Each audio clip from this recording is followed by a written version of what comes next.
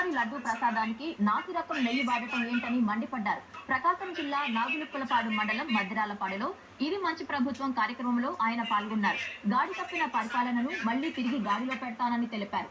రాష్ట్రాన్ని అప్పుల పాలు చేశారని, రుణం చెల్లించకపోతే ప్రభుత్వ ఆస్తులు జప్తు చేస్తారని ఆందోళన వ్యక్తం చేశారు.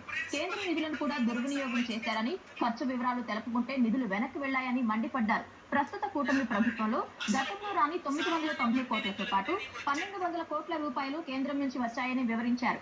రాబోయే రోజుల్లో 26 జిల్లాల్లో ఇంటింటికి కుళాయి ద్వారా నీళ్లిచ్చే బాధ్యత తీసుకుంటామని హామీ ఇచ్చారు.